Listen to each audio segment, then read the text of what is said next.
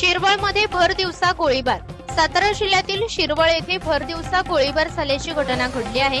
शिरवळ येथे सायंकाळी 5च्या सुमारास दुचाकीवरून आलेल्या दोघांनी एकावर गोळ्या चढल्याचा प्रकार सीसीटीव्ही कॅमेऱ्यात कैद झाला असून सुदैवाने हल्लेखोरांनी चढलेल्या दोन्ही गोळ्या चुकल्याने कोणीही जखमी न झाल्याचे प्रथमदर्शनी सीसीटीव्हीत दिसत आहे। मात्र भर दिवसा घडलेल्या या घटनेने खळबळ उडाली असून अद्याप पोलीस ठाण्यात कोणताही गुन्हा दाखल झाला नाही। सध्या पोलीस या घटनेचा तपास करत आहेत।